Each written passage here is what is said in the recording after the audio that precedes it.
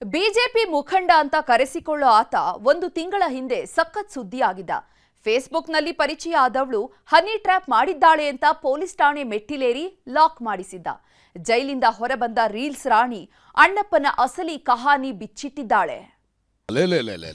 ಅದೇನು ವಯ್ಯಾರ, ಅದೇನು ಸಿಂಗಾರ, ಮೈ ತುಂಬಾ ಒಡವೆ, ಮಿರ್ಮಿರಾ ಅಂತ ಮೇಕಪ್, ಮಾರುದ್ದ ಜಡೆ ಬಿಟ್ಕೊಂಡು ನುಲಿದಿದ್ದು ಬಳುಕೋ ಬಳ್ಳಿಯಂಗಿರೋ ಇವಳು ಅಂದ ಚಂದಕ್ಕೆ ಮರುಳಾಗದವರೇ ಇಲ್ಲ ಬಿಡಿ.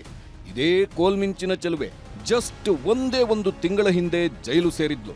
ಅದು ಅಂತಿಂಥ ಕಾಂಜಿ ಪೀಂಜಿ ಕೇಸ್ನಲ್ಲ, ಹಸಿ ಬಿಸಿ ಕಹಾನಿ ಕೇಸಲ್ಲಿ.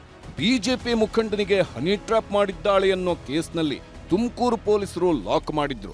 ಆದ್ರೀಗ ಇಡೀ ಪ್ರಕರಣವೇ ಉಲ್ಟಾ ಹೊಡೆಯುತ್ತಿದೆ. ನಿಶಾ ಗೌಡ ಜೈಲಿಂದ ಹೊರ ಬಂದಿದ್ದು ದೂರು ಕೊಟ್ಟವನ ಅಸಲಿ ಕಥೆಯನ್ನ ಒಂದೊಂದಾಗಿ ಬಿಚ್ಚಿಟ್ಟಿದ್ದಾಳೆ. ಅಣ್ಣಪ್ಪ ಸ್ವಾಮಿ ಹನಿ ಟ್ರ್ಯಾಪ್ ಕಹಾನಿಗೆ ಬಿಗ್ ಟ್ವಿಸ್ಟ್.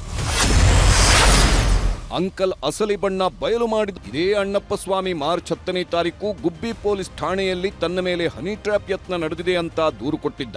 ಇದೇ ರೀಲ್ಸ್ ರಾಣಿ ನಿಶಾ ಗೌಡ ನನ್ನನ್ನ ಟ್ರ್ಯಾಪ್ ಮಾಡಿದ್ದಾಳೆ ಅಂತ ಹಸಿ ಬಿಸಿ ಬಾಂಬ್ ಹಾಕಿದ್ದ. ಹೀಗಾಗಿ ದೂರು ದಾಖಲಿಸಿಕೊಂಡ ಪೊಲೀಸರು ನಿಶಾ ಗೌಡ ಜೊತೆಗೆ ಆಕೆಯ ಇನ್ನಿಬ್ಬರು ಸ್ನೇಹಿತರನ್ನ ಲಾಕ್ ಮಾಡಿದ್ರು.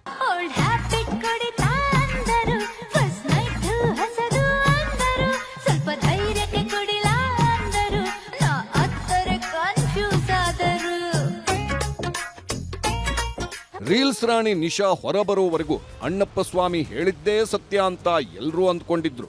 ಆದ್ರೆ ನಿಶಾ ಯಾವಾಗ ಬೇಲ್ ಮೇಲೆ ಆಚೆ ಬಂದ್ಲೋ ಒಂದೊಂದೇ ಬಾಂಬ್ ಹಾಕೋದಕ್ಕೆ ಶುರು ಮಾಡಿದ್ದಾಳೆ. ಈ ಅಣ್ಣಪ್ಪ ಸ್ವಾಮಿಗೆ ಮದುವೆಯಾಗಿದ್ರೂ ಹುಡುಗಿರ ಹುಚ್ಚು ಹೋಗಿರಲಿಲ್ಲ. ಹೀಗಾಗಿಯೇ ಫೇಸ್ಬುಕ್ನಲ್ಲಿ ಕಣ್ಣಿಗೆ ಬಿದ್ದಿದ್ದ ನಿಶಾ ಗೌಡ ಜೊತೆ ಹಾಯ್ ಬಾಯ್ ಶುರು ಮಾಡಿದ್ದ. ಫೇಸ್ಬುಕ್ನಲ್ಲೇ ಚಾಟಿಂಗ್ ಜೋರಾಗ್ತಿದ್ದಂತೆ ಇವರಿಬ್ಬರ ನಡುವಿನ ಸಲುಗೆ ಇನ್ನೊಂದು ಹಂತಕ್ಕೆ ಹೋಗಿತ್ತು. ನಿನ್ನನ್ನ ಮದುವೆ ಆಗ್ತೀನಿ ಅಂತ ಪಾರ್ಕ್, ದೇವಸ್ಥಾನ ಅಂತೆಲ್ಲ ಸಖತ್ತಾಗಿ ರೌಂಡ್ಸ್ ಹೊಡ್ಸಿದ್ದ. ಬರೀ ಟೆಂಪಲ್ ರನ್ ಮಾತ್ರವಲ್ಲ, ಇನ್ನೂ ಒಂದು ಹೆಜ್ಜೆ ಮುಂದೆ ಹೋಗಿದ್ರು ಬಿಡಿ.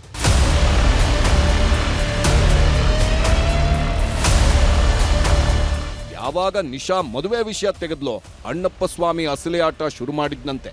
ಇವಳಿಂದ ಹೇಗಾದ್ರೂ ತಪ್ಪಿಸ್ಕೊಳ್ಬೇಕು ಅಂತ ಹನಿ ಟ್ರ್ಯಾಪ್ ಬಾಣ ಹೂಡಿದ್ದನಂತೆ. ಪೊಲೀಸ್ ಠಾಣೆ ಮೆಟ್ಟಿಲೇರಿದ್ದ ಅಣ್ಣಪ್ಪ ಸ್ವಾಮಿ ನನ್ನ ವಿರುದ್ಧವೇ ಹಸಿ ಬಿಸಿ ಕಥೆ ಕಟ್ಟಿ ನನ್ನ ಜೀವನವನ್ನೇ ಸರ್ವನಾಶ ಮಾಡಿದ್ದಾನೆ. ನಿಜವಾದ ಸಂತ್ರಸ್ತೆ ನಾನು. ಈತನ ಮೋಸದಾಟಕ್ಕೆ ನನ್ನ ಬದುಕೆ ಬರ್ಬಾದಾಗಿದೆ ಅಂತ ನಿಶಾ ಗೌಡ ತುಮಕೂರಿನಲ್ಲಿ ದೂರು ನೀಡಿದ್ದಾಳೆ. ಒಟ್ನಲ್ಲಿ ಗುಬ್ಬಿ ಜೋಡಿಯ ಕಣ್ಣಾಮುಚ್ಚಾಲೆ ಆಟದಲ್ಲಿ ಯಾರು ಹೇಳ್ತಿರೋದು ಸತ್ಯ, ಯಾರು ಹೇಳ್ತಿರೋದು ಸುಳ್ಳು ಅನ್ನೋದು ಪೊಲೀಸರ ತನಿಖೆ ನಂತರವೇ ಗೊತ್ತಾಗಬೇಕಿದೆ. ವಿಠಲ್, ನ್ಯೂಸ್ 18 ತುಮಕೂರು.